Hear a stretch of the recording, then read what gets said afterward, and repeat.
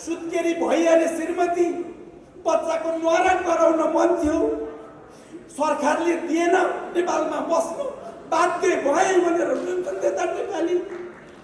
गल्फमा जाँदा त्यही छ र मेरो सरकार चाहिँ आज फलाना ठाउँमा यति बिक्री गर्ने भयौँ भनेर सम्झौता गर्छ। लास बचेको सरकार। यसकारण यसलाई कुर्सीमा बस्ने अधिकार छैन। हामी अगाडि बढ्यौँ जबसम्म मुलुक परिवर्तन हुँदैन, जबसम्म यो मुलुक डेभलप हुँदैन, तबसम्म नमर्नेसम्म पनि कसम खाएको छ। को दिल्ली जान्छ, अमेरिका जान्छ, सिङ्गापुर जान्छ, गरिब जनताको ट्याक्स तिरेको पैसाले त्यो सब पैसा मलाई फिर्ता चाहियो। त्यो सबै पैसा फिर्ता चाहियो। माधव नेपाल जस्ता देशद्रोही पशुपतिनाथमा अहिले उनले के गर्दैछन् भने चर्चका एजेन्टहरू पठाउन खोज्दै दलालहरूलाई यहाँबाट हटाइदिन्छौँ हामीहरू। मातृभूमि बिक्री गर्ने दलाल हाम्रो अगाडि टिक्न दिँदैनौँ। त्यो अपराधी सत्ता खोज उहाँको वंशलाई सिंहासनमा राख्ने हो दियो बालेर। छैन 800 महाराजा पाल्नुभन्दा उहाँको वंशलाई खोजेर ल्याएर सिंहासनमा दीपावली सहित राख्छौँ, सजाउँछौँ। दाजु तिम्रा बलराम, सखी प्यारी राधा, तिमी भने राधा कै हौ, हामी किन प्यासा कृष्ण कहाँ छौ। जय श्री कृष्ण। यस विशेष नेपालको लागि टर्निङ पोइन्ट आजको दिनमा टर्निङ पोइन्ट सुरु भयो। भगवान श्री कृष्ण जन्मेका दिनमा हामी यहाँ राष्ट्रप्रेमीहरू उपस्थित भएका छौँ। यो विशेष समारोहको सभापतित्व गरिराख्नु भएकी परम आदरणीय पूज्यनीय माताज्यूको बारेमा परिचय पुगेकै छैन। उहाँ त्यो क्षेत्रमा जन्मिनु भएको मात्रै होइन, उहाँको पहुँच 1 अरब 20 करोड मान्छेमा छ। त्यस अर्थमा पनि परम आदरणीय मान्छु उहाँलाई। परम आदरणीय माताज्यू यो स्टेजमा रहनुभएका यस मुलुकका गहना हामीले छानी चिनी बोलाएको, किनभने हामीले हार्ने गेम खेलेकै छैन। अब हामी हार्नै चाहँदैनौँ। सबै विशिष्ट महानुभावहरू, मेरा सामुन्ने मेरा आँखा अगाडि उपस्थित रहनुभएका सबै दाजुभाइ दिदीबहिनीहरू, संसार जगत सबै उपस्थितमा म प्राध्यापक डाक्टर रामप्रसाद उप्रेती विनम्रतापूर्वक हार्दिक नमन गर्न चाहन्छु।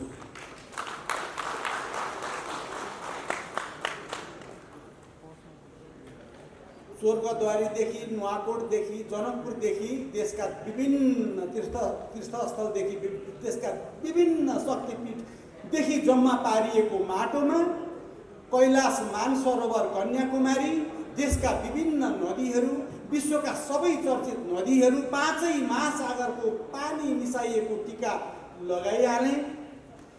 त्यसकारण अब मेरा बाँकी जीवनका पाइलाहरू यही माटोको कसम, भगवान कृष्ण दिन जन्मिएको दिनको कसम, मैले देखेका मेरा वीर पुर्खाहरूको कसम, हामी अगाडि बढ्यौँ जबसम्म मुलुक परिवर्तन हुँदैन, जबसम्म यो मुलुक डेभलप हुँदैन, तबसम्म नमर्नेसम्म पनि कसम खाएको छ। मर्दिन होला जस्तो लाग्छ। मेडिकल डक्टर, एउटा प्रोफेसर, म युनिभर्सिटीहरूमा पढाउनु पर्ने मान्छे किन यता आएको होला भन्ने पनि कतिलाई लागेको हुनसक्छ। जीवनका 50 वर्षहरू भित्तामा मार्क्स, एङ्गल्स, लेनिन, स्टालिनहरू टाँसेर उनीहरूकै सिद्धान्तहरू पढेर अनि उनीहरूद्वारा प्रभावित नेताज्यूहरूलाई मानेर सङ्गठन बनाउँदै, उहाँहरूलाई खाना पकाउँदै, लेबी बुझाउँदै, खड्दै, नारा जुलुस र सङ्घर्षहरूमा खड्दै मैले मात्रै बिताइन, उहाँहरूलाई भात पकाउँदै, छोरालाई दुध नखुवाएर भात पकाउँदै 50 वर्ष खुवाउने मेरो श्रीमती यहीँ छन्। पछि गएर हामीले धोका पायौँ। आखिरमा उहाँहरूलाई कमाउनु रहेछ, आखिरमा उहाँहरूलाई मुलुकको माया नै रहेन रहेछ। जब मैले देखेँ मेरी मातृभूमिको अस्मिता माने विद्य दृष्टि पर्न लागे, जब मेरी मातृभूमि विश्वको सबैभन्दा सुन्दर मातृभूमिका खुनका आँसु जब मैले देखेँ त्यसै दिनदेखि प्रण गरेको हे नेपाल आमा, धेरै छोराछोरीहरू छन्, विश्वभरि छरिएर रहेका छन्, हामी मातृभूमिलाई केही गर्छौँ भनेर अठोट गरेका छौँ र यहाँ भेला भएका छौँ। अहिले भर्खर हाम्रो देव सरले भनिसक्नुभयो, हामी भद्रकालीमा जाँदैछौँ। म त मेडिकल डक्टर हो, एक थोपा हामी ब्लड निकाल्छौँ र एउटा पवित्र पातमा राखेर भद्रकाली आमालाई चढाउँदैछौँ। हे भद्रकाली आमा, बाँकी जीवन राष्ट्रलाई भयो, हामीसँग जोडिने मान्छे जति पनि छन्, अब राष्ट्रघाती कोही आए भने हामी मध्येबाट त कोही निक्लिँदैन, राष्ट्रघाती ग्यारेन्टी गर्न सकिन्छ। तर जो राष्ट्रघाती भए, जसले मेरा कालीकोटमा, म जुम्लामा कर्णालीमा काम गरेर आएको, त्यतातिर नुनको समस्या रहेछ, 1 किलो चामलको समस्या रहेछ, तर मेरा नेता ज्यूलाई प्राडो र पजेरो फेर्ने समस्या रहेछ। म डक्टर हो, मेरा फिल्डका मेरा डक्टरहरू उपचार नपाएर एउटा डक्टरले मर्नु परेको छ, तर गरिब जनताको सेवा गर्ने र मुक्तिका कुरा गर्नेहरूलाई मैले पाल्नुपर्छ। उहाँहरूलाई को दिल्ली जान्छ, अमेरिका जान्छ, सिङ्गापुर जान्छ, गरिब जनताको ट्याक्स तिरेको पैसाले, त्यो सब पैसा मलाई फिर्ता चाहियो, त्यो सबै पैसा फिर्ता चाहियो। अब कुरा सिधा रहन्छ, यो संविधान नेपाली जनताले लेखेको होइन। हामीले 601 जना मान्छेलाई मुलुकको 100 अरब सक्दै 4 वर्षसम्म पाल्यौँ। आखिरमा अर्काले ड्राफ्ट गरेको, अर्काको हितको लागि नेपाल आमालाई तहस नहस पार्ने संविधान ल्याइएको रहेछ। त्यसकारण अघि भर्खरै सरले भनिसक्नुभयो, बिस्तारै जनता सामु पुगेर यो संविधानको सर्वनाश गर्न चाहन्छु। चाहिएन, धर्मनिरपेक्षता मेरो एजेन्डा थिएन। धर्मनिरपेक्षता भनेका चर्चका एजेन्टहरूको यो रहेछ। माधव नेपाल जस्ता देशद्रोही पशुपतिनाथमा अहिले उनले के गर्दैछन् भने चर्चका एजेन्टहरू पठाउन खोज्दैछन्। चर्चका एजेन्टहरूको एजेन्डा म मान्दिनँ। म वैदिक सनातन हिन्दू राष्ट्रमा जन्मेको, न्वारानमा मेरो नाम राम राखिएको माधव नेपालजीलाई अब क्लियरली भनिदिन्छु, उहाँहरू र देउपाजीलाई पनि भनिदिन्छु, बोल्न पाउने मेरो अधिकार छ। त्यसको लागि जीवनमा 50 वर्ष लडेको हो। तपाईँहरूले के लड्नुभयो? म चाहिँ लडेको हो। बोल्न पाउने अधिकार छ। यो अहिले विश्वभरि हेरिएको छ यो टेलिभिजन, यो हाम्रो मिडियाहरू विश्वभरि बाहिर रहेका 80 लाख नेपालीले हेर्दैछन्, देशभरिका सबै दाजुभाइ दिदीबहिनीले हेर्दैछन् र यो म्यासेज उत्तरतिरका सी जिनपिङलाई पुग्दैछ, दक्षिणतिरका मोदीजीलाई पुग्दैछ, अमेरिकाका जो बाइडेनलाई पुग्दैछ। खबरदार, नेपाल विश्वको एकमात्र हिन्दू राष्ट्र मास्न पाइँदैन। दलालहरूलाई यहाँबाट हटाइदिन्छौँ हामीहरू। मातृभूमि बिक्री गर्ने दलाल हाम्रो अगाडि टिक्न दिँदैनौँ। मातृभूमिको कसम। अर्को कुरा रह्यो, यिनीहरूले कतिसम्म झुक्याए, कतिसम्म लुटे, सबैको रेकर्ड छ हामीसँग। म मेडिकल डक्टर हो, मैले एउटा घर बनाएँ र एउटा गाडी किनेँ भने मैले ट्याक्स पनि बुझाउँछु, मेरो आम्दानीको स्रोत पनि देखाउँछु। तर यी गरिबका नाममा उठेका देश लुटेराहरूसँग अरबौँको सम्पत्ति आयो कहाँबाट? खोज्न पाउने कि नपाउने? देशभरिबाट, संसारभरिबाट युवाहरू जाग्नुहोस्। नेपाल मात्रै यस्तो मुलुक थियो, जब म अमेरिका गएँ, युरोप गएँ, अस्ट्रेलिया गएँ, संसार घुमेँ, नेपाल भन्ने बित्तिकै wow Nepal, country of Mount Everest भन्छन्, कन्ट्री अफ लर्ड बुद्ध भन्छन्, कन्ट्री अफ माता जानकी भन्छन्। त्यति मात्रै भन्दैनन्। एउटा सानो मुलुक छ, त्यो सानो मुलुकमा 120-22 थरीका जातका मान्छे बस्छन्, 120-22 वटा भाषाहरू बोलिन्छन्। कस्तो चाहिँ राम्रो त्यसरी मिलेर बसेका छन्। कति चाहिँ राम्रो मुलुक होला है तिम्रो मुलुकमा पाइला त टेकेरै मर्न पाए हुन्थ्यो भन्छन् उतातिर त्यसो भन्छन्। गौरी शङ्करको मुलुक देख्न पाइने हो कि होइन? माछा पुछ्रेको मुलुक देख्न पाइने हो कि होइन? छातीमा सालग्राम बोकेर रुँदै बगेकी कृष्ण गण्डकी देख्न पाइने हो कि होइन? आमाहरूका वेदनाका आँसु पखाल्ने काबेली देख्न पाइने हो कि होइन? यहाँका गुराँसहरू, हाम्रा गैँडाहरू, जडीबुटीहरू देख्न पाइने हो कि होइन? अतिथि देवो भव भन्ने मान्छेसँग भेट हुने हो कि होइन? हामी त नेपाल जाँदा घरका जुनसुकै घरमा गए पनि ढोका भत्रक्क खुल्छ, आफू नखाइकन पनि खुवाउँछन् नेपालीहरू। कति असल नेपालीहरू, कति मेहनती नेपालीहरू त्यसो भन्छन्। अस्ति भर्खर मलाई मलेसियाबाट के भने मलेसियन नागरिकहरू उनीहरूले के भने तिम्रो मुलुकका सरकार कस्तो निर्दयी, आफ्ना छोराछोरी बिक्री गरेर यस्तो जोखिमपूर्ण काममा पठाएर उनीहरूले पठाएको रेमिटेन्समा तर मार्ने कस्ता खालका नेताहरू। त्यहाँ जाँदाखेरि धुरु मेरा साना भाइ बहिनी, मेरा छोराछोरीहरू रुँदै थिए। सर, हामीलाई पनि घरमा बस्न मन थियो, सुत्केरी भइहाले श्रीमती, बच्चाको न्वारान गराउन मन थियो, सरकारले दिएन नेपालमा बस्नु, बाध्य भए भनेर रुन्छन् त्यता नेपाली। गल्फमा जाँदा त्यही छ। र मेरो सरकार चाहिँ आज फलाना ठाउँमा यति बिक्री गर्ने भयौँ भनेर सम्झौता गर्छ। लास बचेको सरकार। यसकारण यसलाई कुर्सीमा बस्ने अधिकार छैन। जसले मुलुकलाई माया गर्दैन राष्ट्रद्रोही हो। म त पृथ्वीनारायण शाहलाई मार्गदर्शक मानेर हिँडेको नेपाली, मुलुकलाई माया गरेको नेपाली। त्यसकारण यी द्रोहीहरूलाई टुङ्गो लगाइदिन्छौँ हामी। संवैधानिक हिसाबले नेपालले मात्रै विश्वलाई लिड गर्न सक्छ। जसले हिमाल देख्छ त्यसको छाती मात्रै हिमाल जस्तै विशाल हुन्छ। मरुभूमिमा बसेको मान्छेको छाती कहिले खुल्छ? एउटा कुरा, अहिले मेरा 50 वर्षहरू केही नजिकै छ बालबाटार, जहाँ पार्टी निर्माणको क्रममा मेरा वर्षहरू बिते। म एमबिबिएस पढ्दै गर्दा जति समय दिएको थिएँ त्योभन्दा बेसी समय पार्टीका नेतालाई दिएँ, किनभने म झुकेर विश्वास गर्थेँ कुनै दिन मुलुकलाई राम्रो गर्लान् कि भनेर। म पनि नेपालमा हाँसेको हेर्न चाहन्थेँ।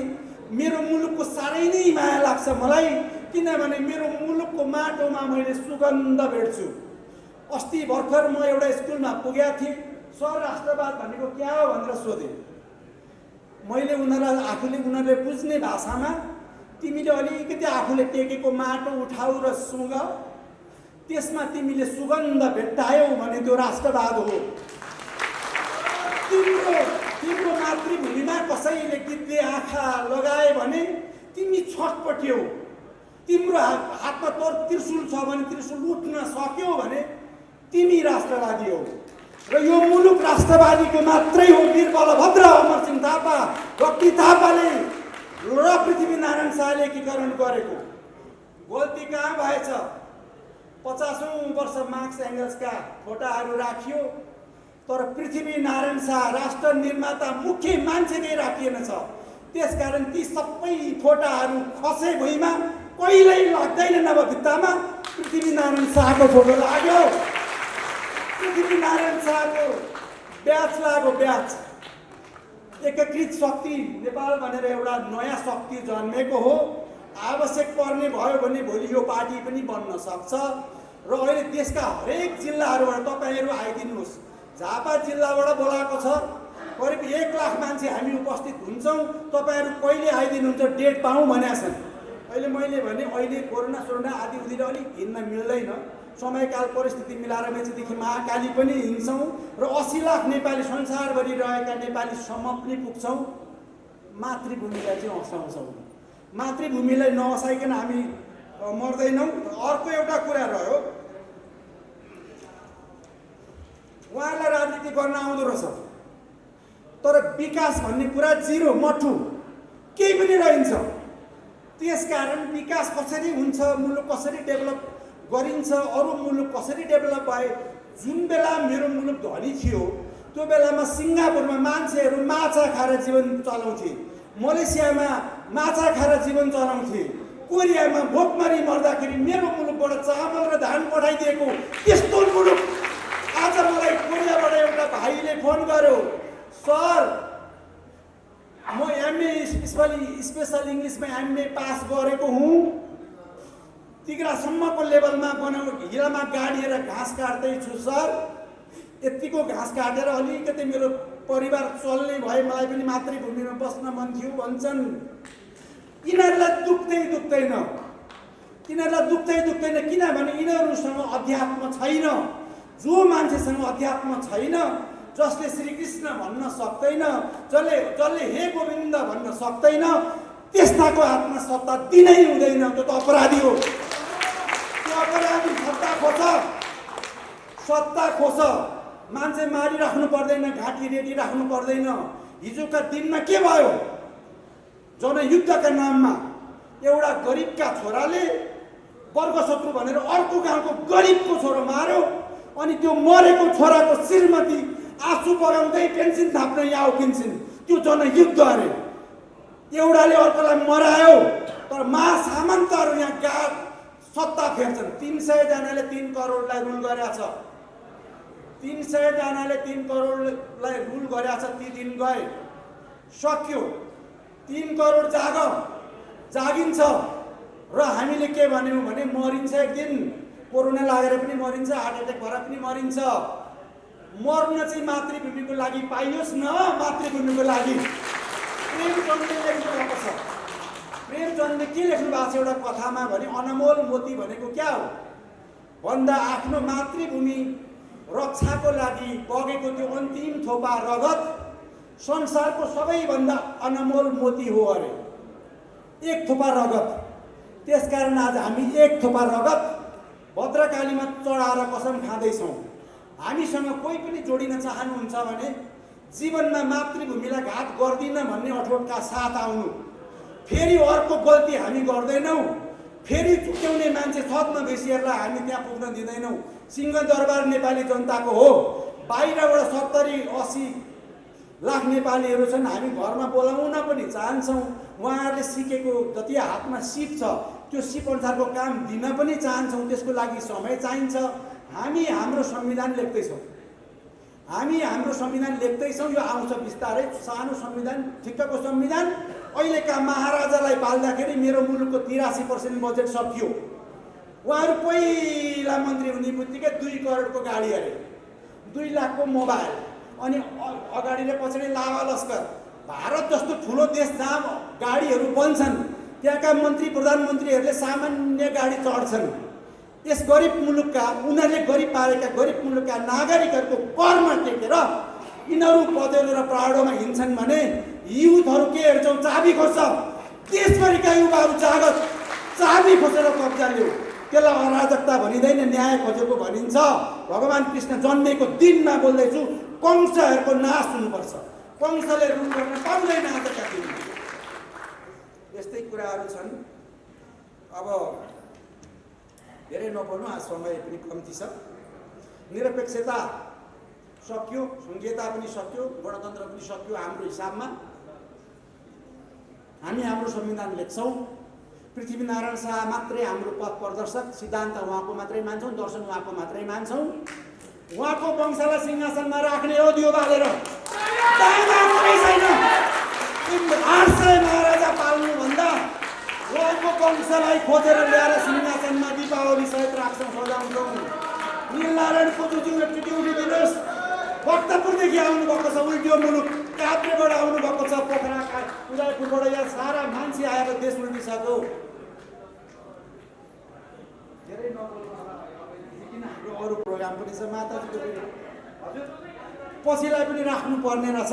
मैले कविताका कुराहरू थिए, मेरा श्रृङ्खलाबद्ध कुराहरू थिए।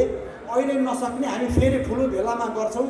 माताजीको त्यो टन्सिलाइटिस भएर वीर हस्पिटलमा एपोइन्टमेन्ट छ, त्यो भएको हुनाले उता जानुपर्ने हुनाले समय मैले छोड्याएँ। नेपाल आमाको जय होस्। र भगवान् पशुपतिनाथलाई यो खालको जल मैले पनि चढाएर यति मात्रै भन्या छ, हे भोलेनाथ मलाई यस मुलुकको राम्रो नागरिक बनाइदिनु। जन्म चाहिँ पाउने हो भने हजारौँ उजुनी नेपाल आमाको काखमा जन्म पाऊँ, नेपाललाई आमा भन्न पाऊँ, आमाकै काखमा प्राण छोड्न पनि पाऊँ। नेपाल आमाको जय होस्।